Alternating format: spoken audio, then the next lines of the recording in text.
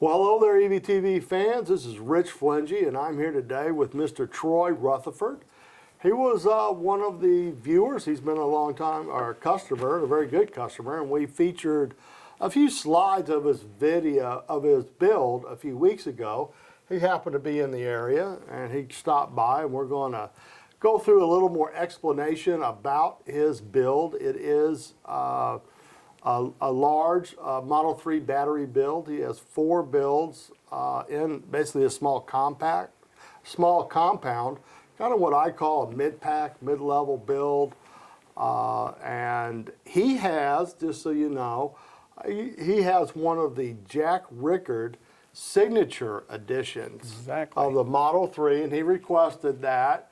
And so right before it shipped out, I ran down and got Jack's picture, where here it is, and he signed it for you.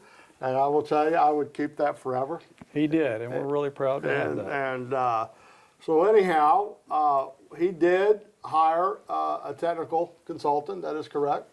His name is Mike, and he's kind of sitting here getting prepared for the task of building this complete solar system, really off-grid out.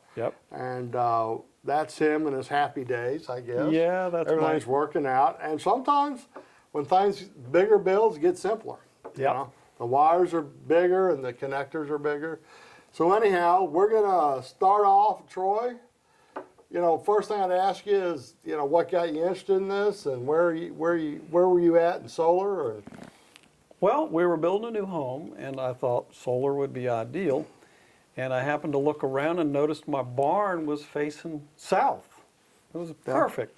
And I thought about solar and contacted a couple of the local solar installers, and they're great people. They came out and looked at it and told me that, yeah, we can put the panels on. And I said, what about battery storage? And one wasn't quite ready with the power walls, and the other one didn't know much about it and wasn't interested in doing it. So they kind of just disappeared, and I never got back with them.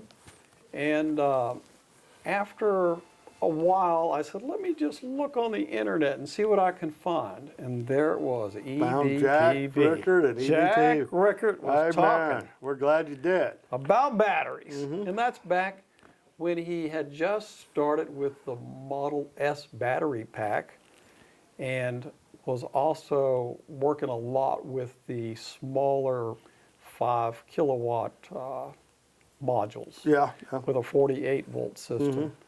And I, you know, always remember Jack saying, the way you want to go is high voltage. High voltage, small wires. Yep, the other way is like pushing a rope uphill. Don't go that way. He did, and that was where he saw the future.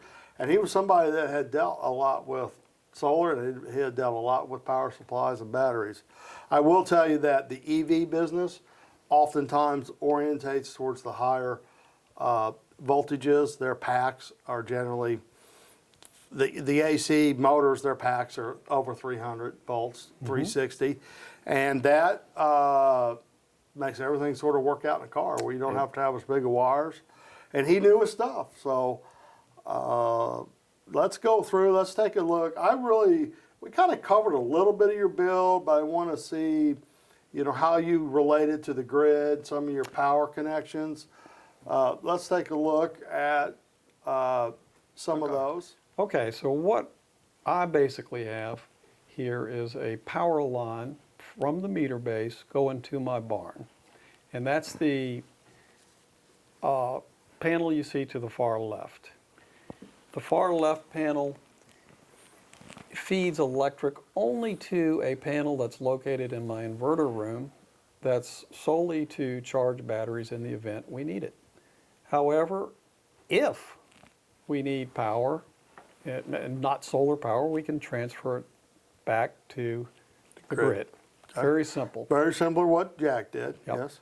So this panel that you're looking at here is coming from the barn, from the inverter, and also from the meter base. And there's a choice there. You can go solar or you can go on the grid.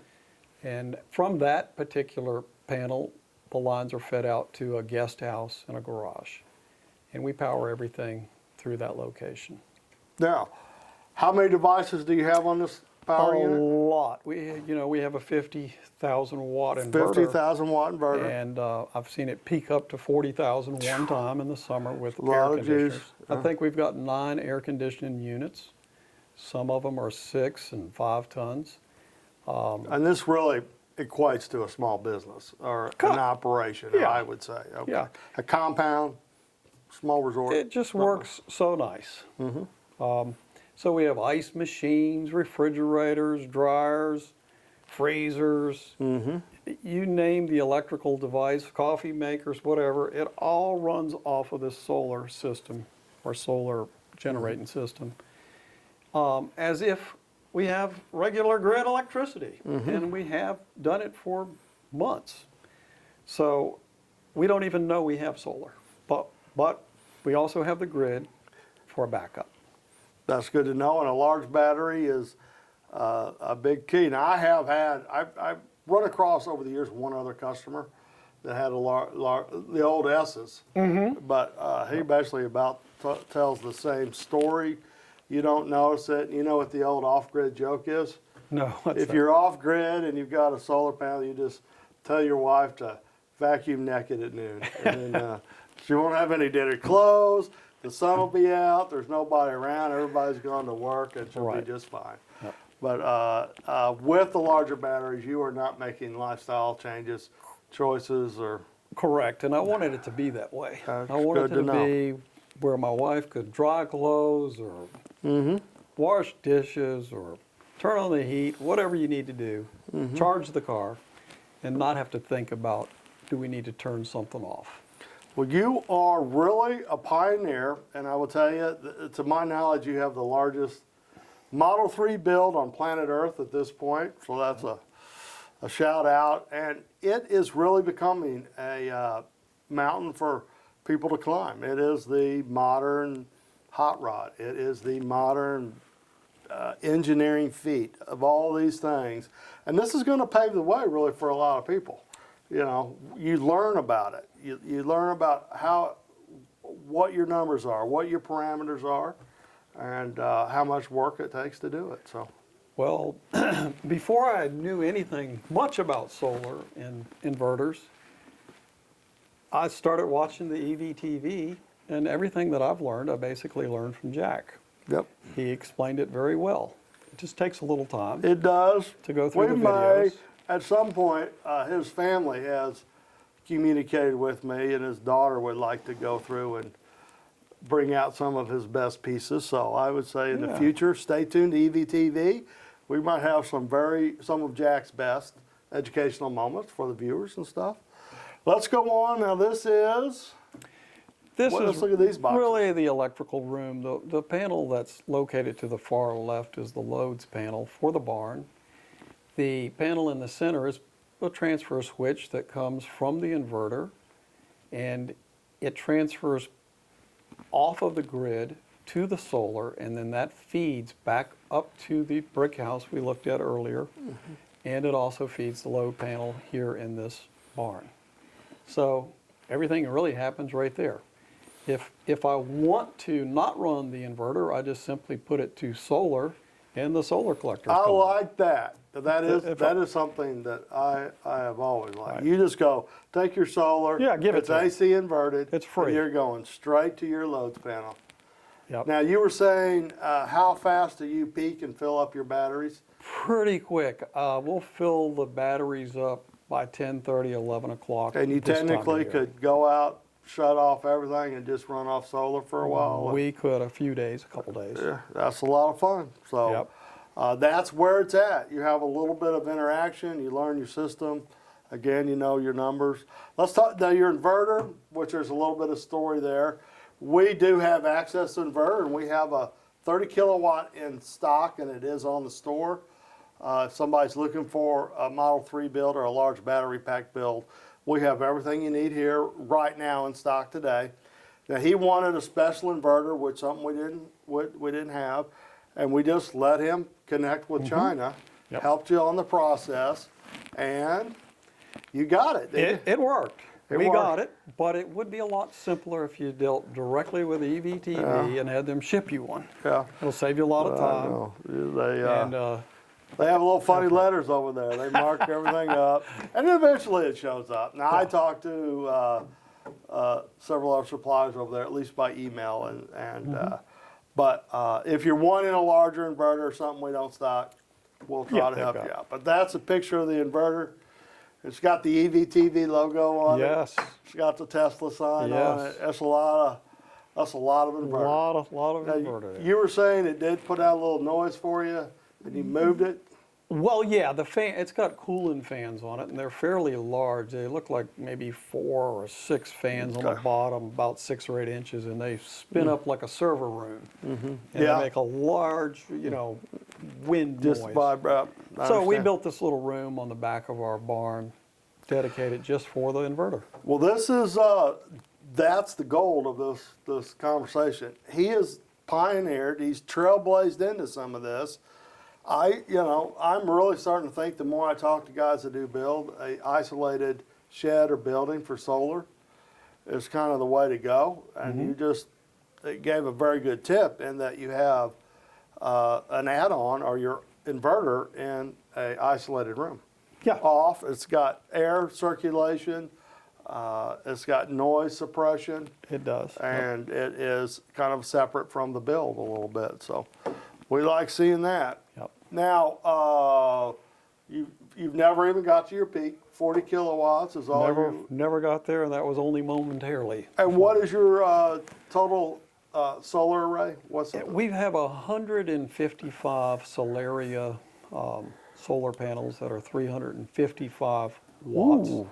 They have the module, the AC module built in to the panel, and they put out, each panel produces 1.21 amps at 240 volts.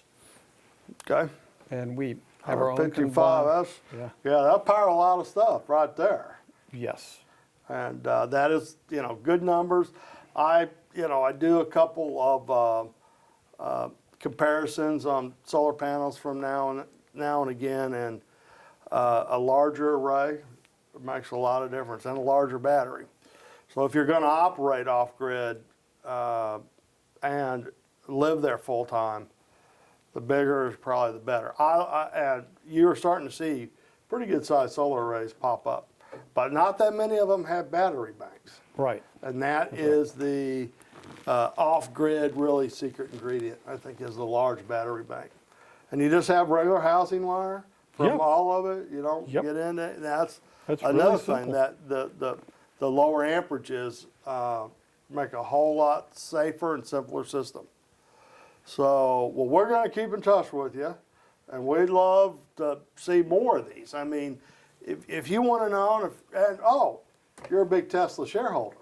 Well, not a big one, But a good one. Jack Jack got me in. educate you. He did. And he got you into the stock. Yes. And that always makes a happy EVTV customer when they have prospered from Jack's advice on Tesla stock. And a lot of our customers are Tesla shareholders.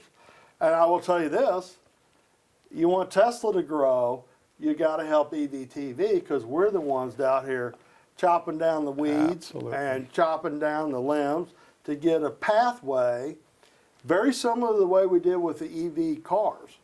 It wasn't that we did that much volume in EV cars, but we created a conversation and a culture that people started seeing it as, they knew this was the future, and then they started seeing it works, and then they started seeing it really works, the EVs were cool. And we've got to get that same relationship going with the solar builds. They are, in a way, an engineering feat. They're an accomplishment. They provide you power. And this is one of the early pioneers with the signature Jack Rickard Edition controller. Yes. And I think that may be worth more than your whole farm It's in possible. 100 years. Leave it to your children. Anyhow, I'm Rich Flingy here for EVTV. Troy Rutherford is our guest today, and we are so glad you joined us. Stay tuned, there's more EVTV coming. Hello EVTV world, I'm Rich Flingy here with two of the legends of Jack's old friends, original EPCON attendees, and the builders of the Salvac. Kevin Smith, Byron Eisenberg, and we are here. We just got done with our micro EPCON event. We spiffed up some of the EVTV cars, got them all running. These two things are here. We've got the green thing and the yellow thing. When you got your things running, you got some good stuff coming. But I'm really glad you guys came down. They came here after Jack's funeral and asked me if I needed some help, and I really did, because I had a lot of concerns about the cars. So much has been invested in them, and to see them spoil or not run just would have been a heartbreak for everybody. And I was clueless on a lot of the parts. So thank you to the EVT fan clubs out there, should thank them. So anyhow, I want each of you to tell your stories of how you met Mr. Rickard and what you remember about it. Kevin, you go first. Boy, okay, so I guess I first met Jack sometime 2010. We talked over the internet a little, and then over the phone before the first EVCON. And he asked if we could bring 7 on down our X Prize car. It was the X Prize, the Automotive X Prize was a contest to build the world's first full-size vehicle that got at least 100 miles per gallon equivalent, had a 200-mile range, could sit 4 adults, had a trunk, could tow, you know, had your beer cozies and all that kind of good stuff in it. And we chose to build an electric vehicle. And we drove it down here from Springfield, Illinois in one charge. It was 216 miles. So the first time we actually met Jack was before EVCON. We roll in the door, and the first thing he asks us, he goes, "Can you drive it up onto one of the lifts?" And I said, "I don't know. It says it only has 1% left in it. It might be lying." So yeah, then we met Jack for the first show, showed him the car, drove around.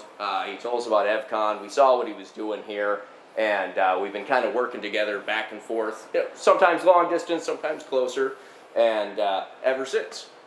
I know. He's gonna be a huge loss to the EV He community. was, and something that, especially all you Tesla fanboys, the original pioneers, this is one of them. We started promoting the lithium-ion battery car, the system, and it was new news in 2010.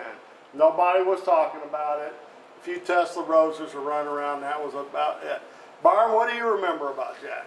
Well, I remember that he had a whole bunch of videos online. I got into a snowmobile accident in 2013, broke my kneecap, and I'm laying on the couch for a couple of weeks, and I was Googling electric cars because I was going to build one, and I found Jack's website. And I mean, I watched probably 250, 300 hours of EVTV before I... So about 3 episodes? So about 3 episodes of the 500, yeah.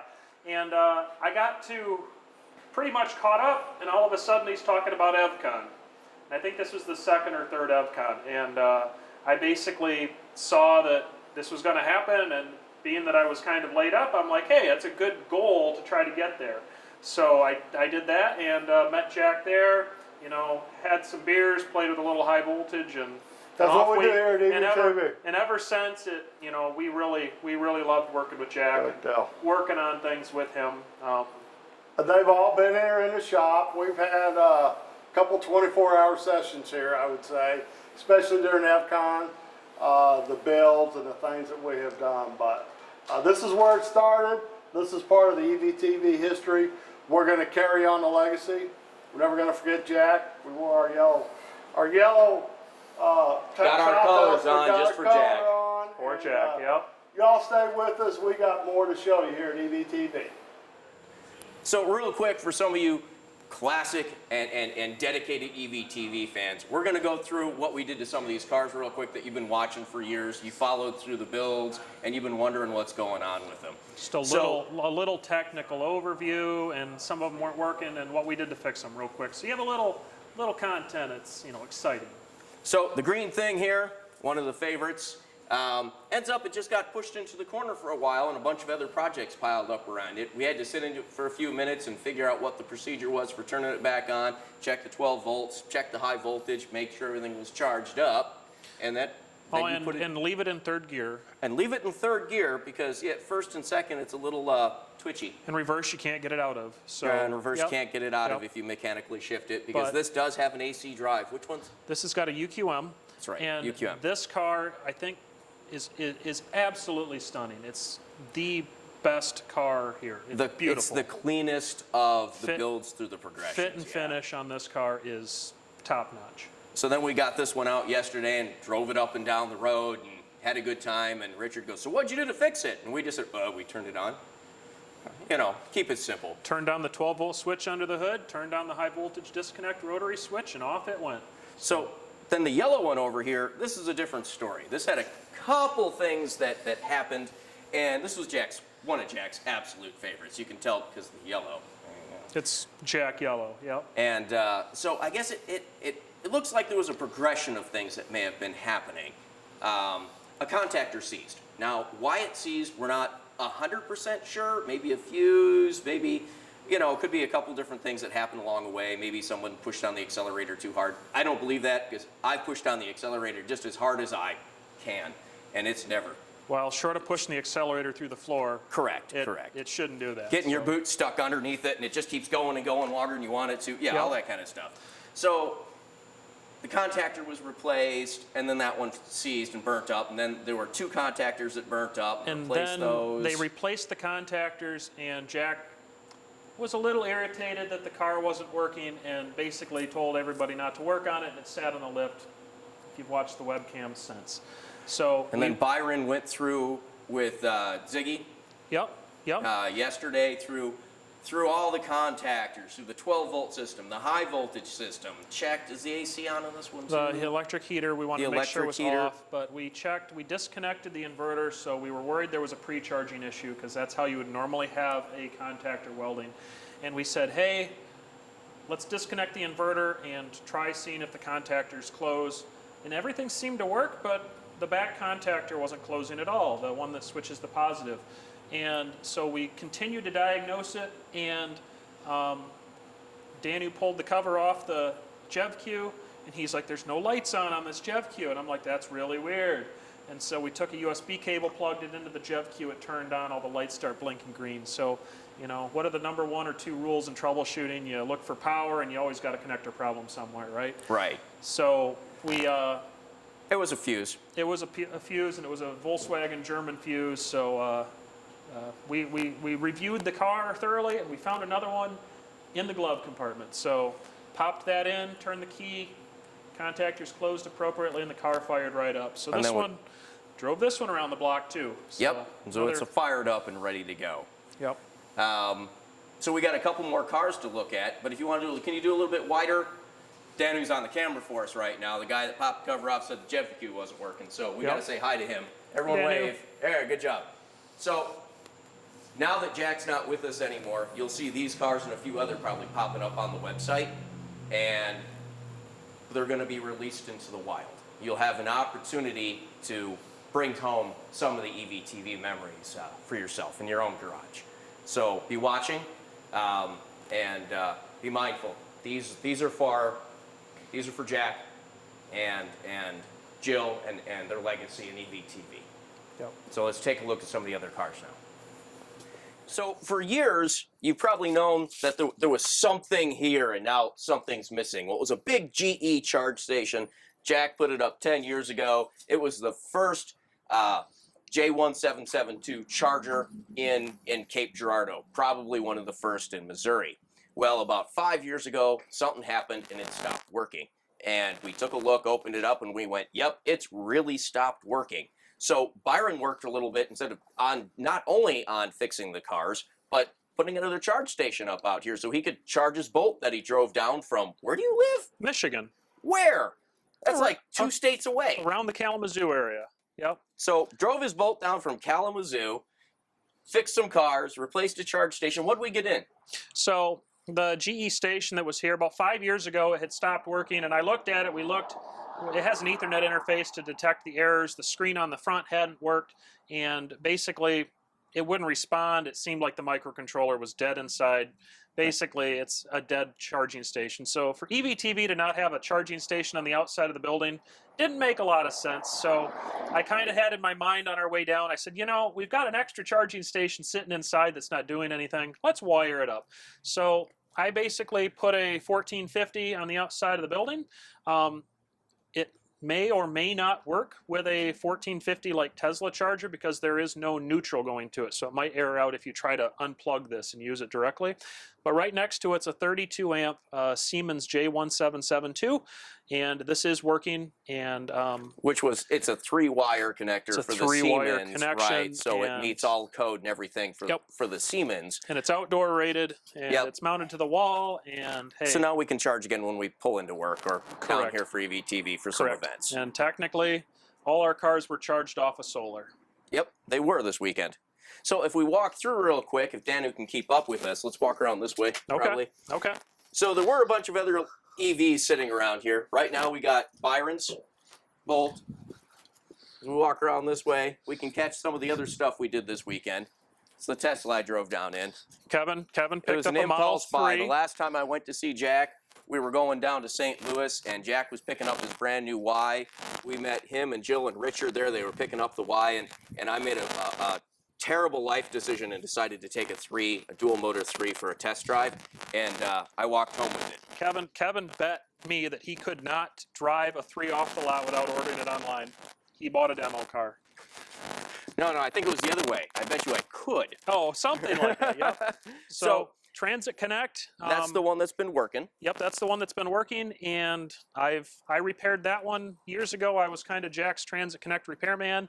I've sold mine to a friend in St. Louis that you'll meet sometime soon, and this vehicle is charging and working fine. The Wake on Charge module on this was bad several years ago, and it's been working ever since.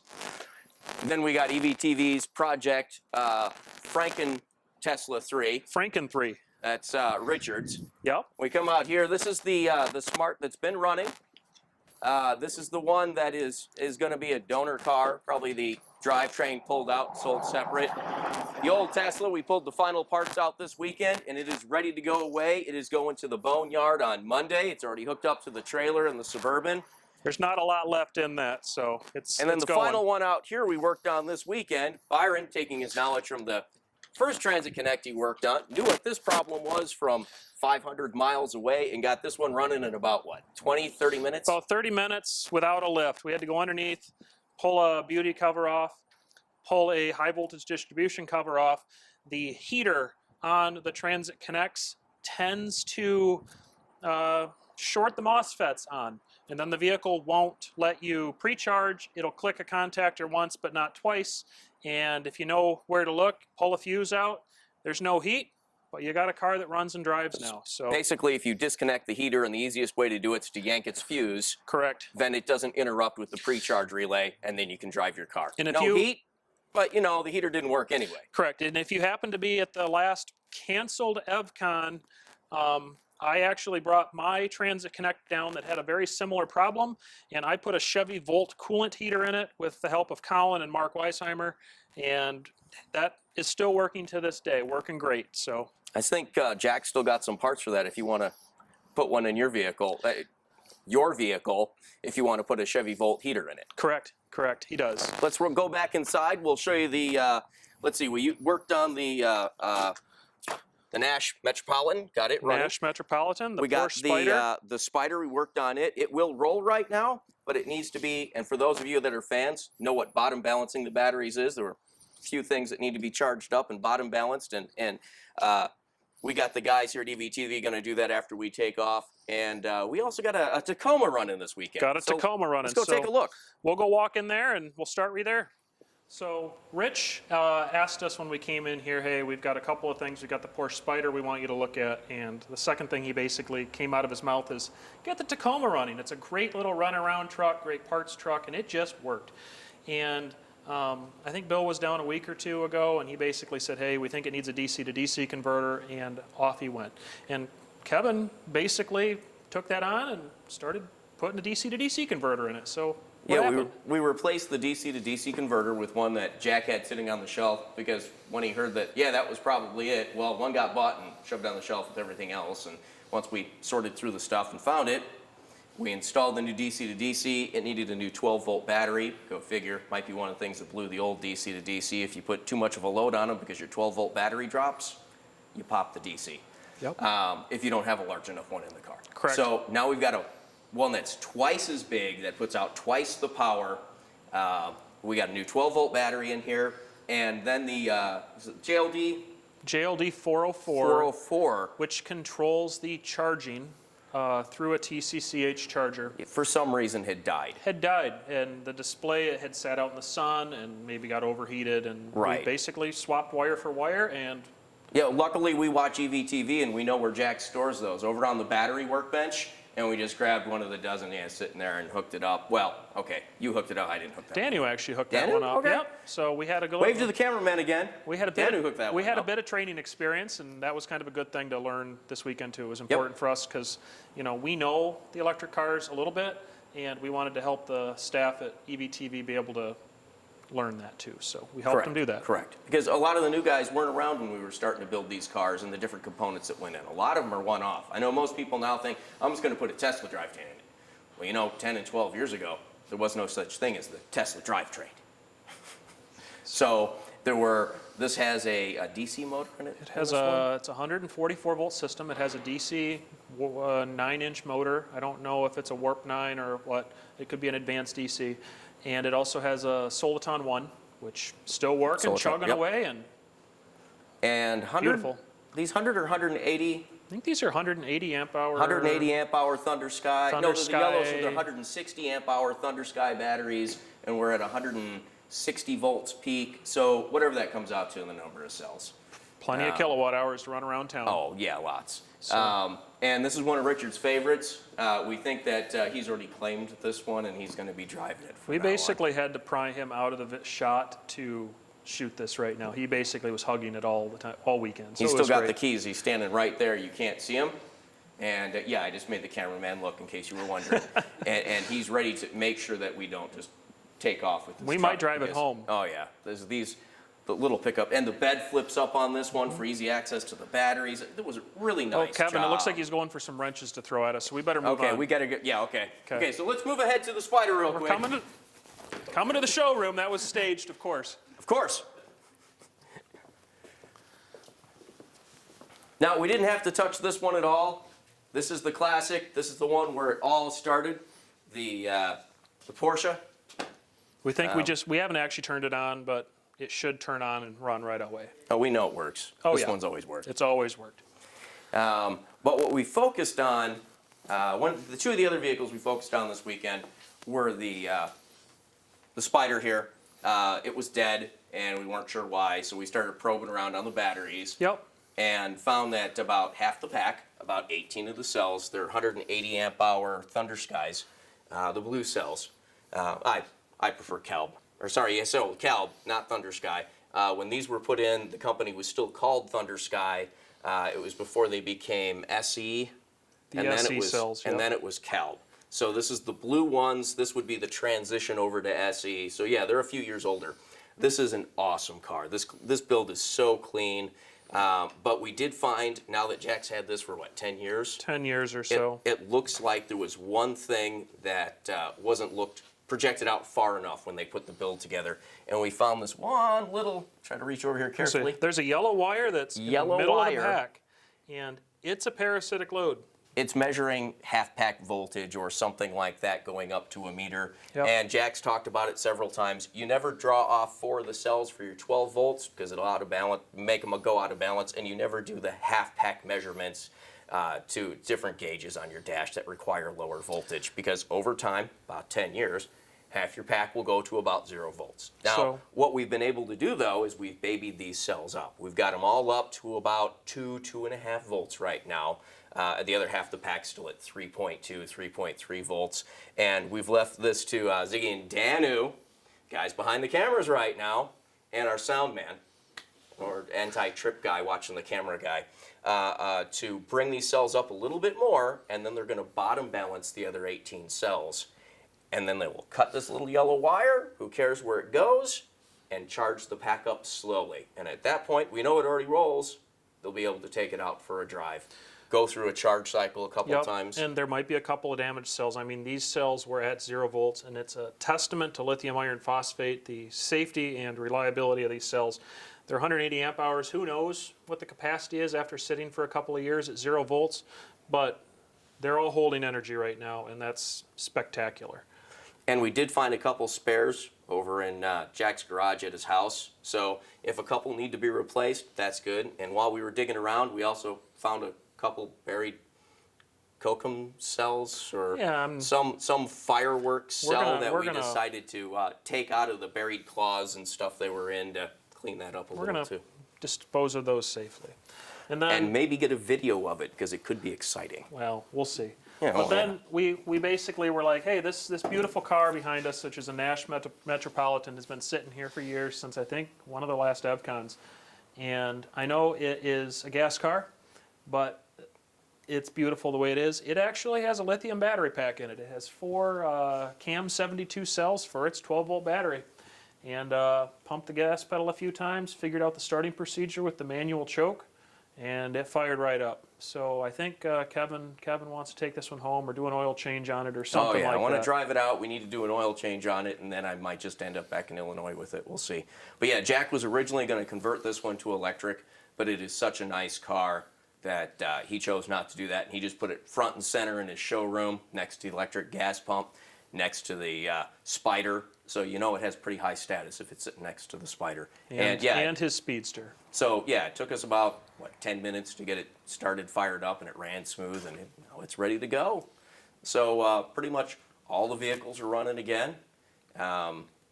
Everything we could get running is running. 3-day marathon. Yep. And I guess you guys are set to go, and we'll do a parade maybe next weekend. We'll pull them all out once you get the Spider batteries balanced, because this one's going to lead the parade, and then we'll follow it up with the little Porsche, and then we'll have maybe the Smart, couple of things, and a Doka. We'll have to come back down because it takes at least one person to drive a car. So, hey, thanks EVTV family, and in memory of Jack, that's our show. Thank you. Thank you.